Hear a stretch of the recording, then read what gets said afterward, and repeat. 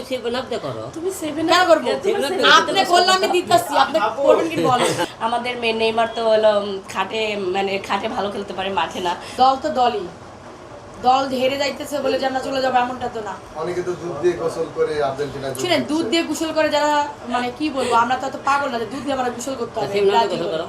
কেন 7 দিয়ে গোসল করতে হবে?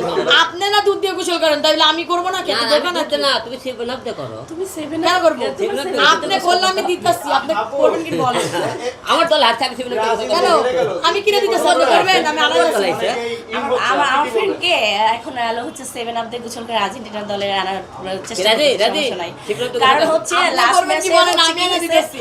যে কান্না করে বিদায় হয়েছে। টিএসসিতে আপনারা দেখছেন যে আমাদের দুই বান্ধবীর খুব তুমুল ঝগড়া চলতেছিল, কারণ আমি এখানে আর্জেন্টিনা আঁকাচ্ছিলাম, ও কি করছে ওইখানে জেলাসি শুরু করে আমার এটা মুছে দেওয়ার পরে আমি এই গাল আঁকাচ্ছিলাম।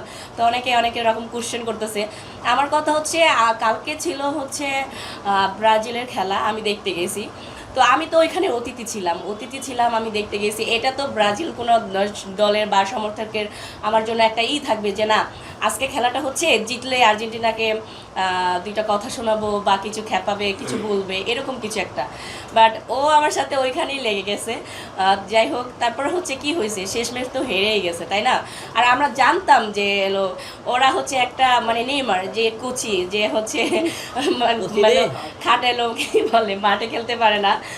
তাদের সমর্থকরাই বলে যে আমাদের নেইমার তো হলো খাটে ভালো খেলতে পারে, মাঠে না।